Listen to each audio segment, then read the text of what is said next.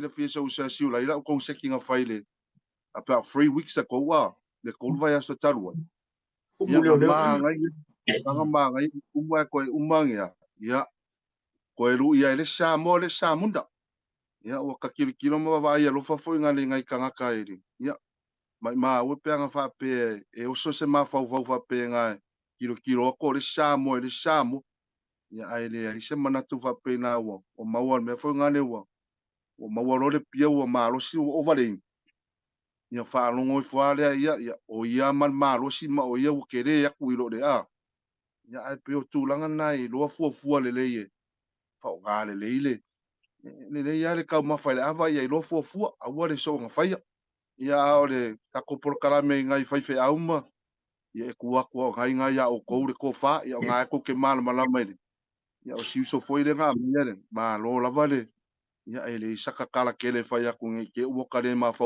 ku se fa fe au ia ai son ka fai mai foi kai lunga ni ia ai pe o tulanga na fa tai tele malo fa so me manatu e o ko le ngala linga ve ai ke le ia ma ko o si so le asiosi o ke o foi makure e fe au o e foi o kausia le so fo malo loinga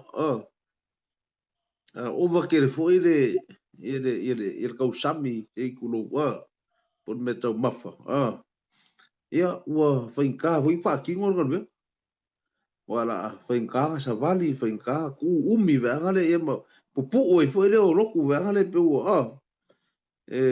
se kulo ia foi ole umi foi se fe au ka au mai ai maga ia ke le ho ma ku le kan go i nge fe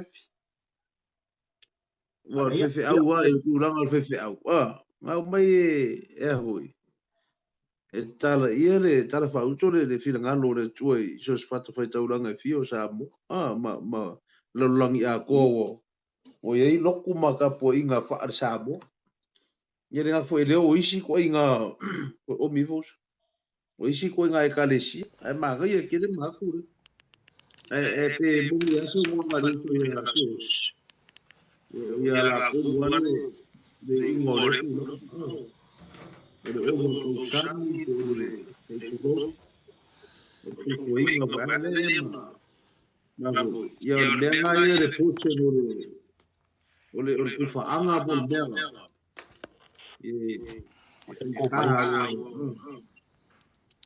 o mea de ala wi o ku no pe so se mea de so fe e ga lu ku sanga e ku ia ma au fe au e ku e ngole me la mo la ku fo mo si mea ma le mo o ni kai mo le wo o ko e ko pe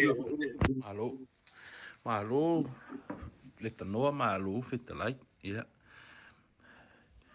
o te talitonu ese a ia tangata ai mai sea ila tō fia a vea ma o si taulanga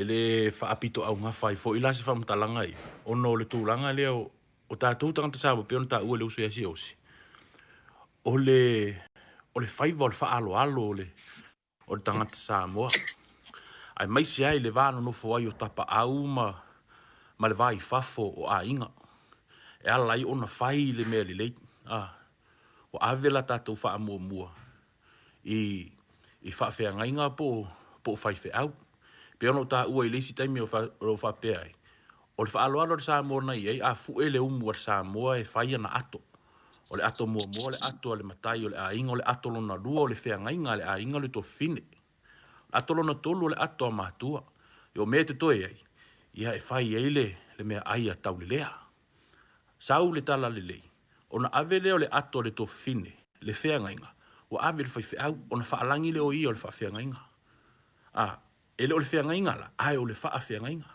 ai ona o le manatu o le Samoa i le tala le lei ma whaalupenga uma ia o tātou ave uma i le whaiwhe au o tātou whapea i se o le tangata e tū i le vā o le tangata soifua ma le atua le whaina tā ua si ulai e whapea lu ave fo i le whaupunga le ua vae lua ina i ai le suafa o le atua.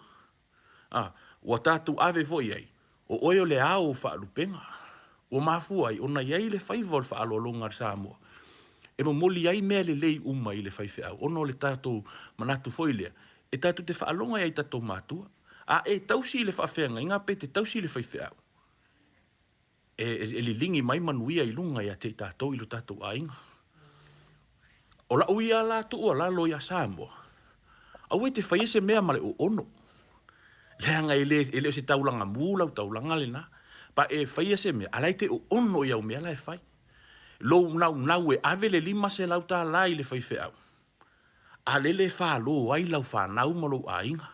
E ua wha lo ai la tātou a inga. Ele o le ave o le whasipua a, bo le pua a toa le whaife au.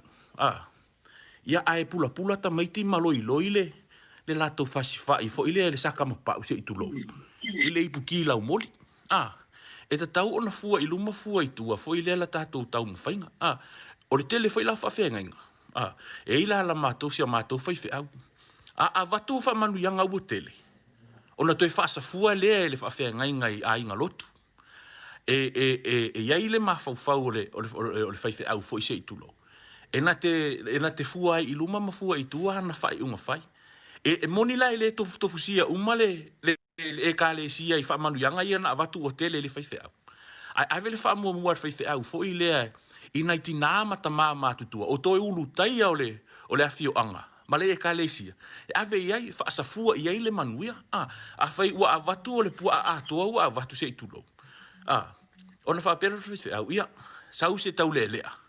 Se i polo le pua alea, pe fa aso le pua.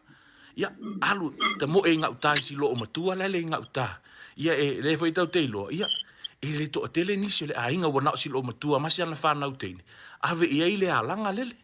Avane le alanga lima lele, alu ngau tai le tu ua o le nuu. Po le ki a kongo, ti a kono toi ina. Ave ia, e fai e sana mea, ai.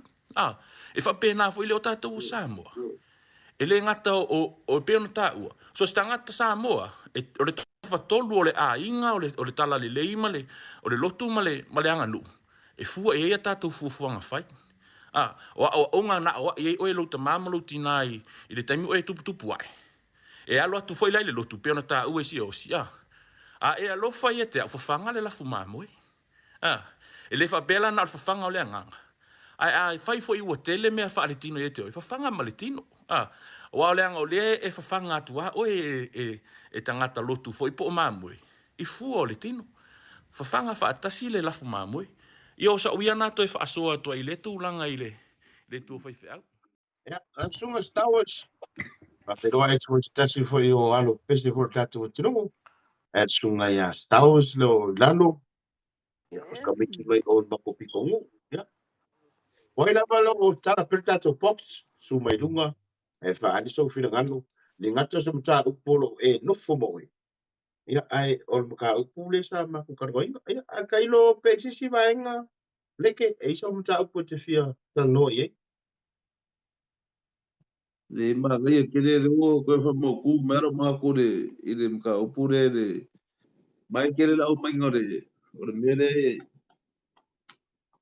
as fast for upure le shonga na fkas o ako ye khonu sa le sa fu e mu ya so la le ko ngu ka le sa mo o le ako le makai o le ako ku fingi ma le ako ai fu ma ku e ma ga kele ro fo longo ku le mba ka se o ke le lo le me ko ke ka ko e longa e isi ko fia ka ko e lo le ko nga ku lang fa pe a o le a hui ma ga kele ro fo longo ka i lo ko ma ku va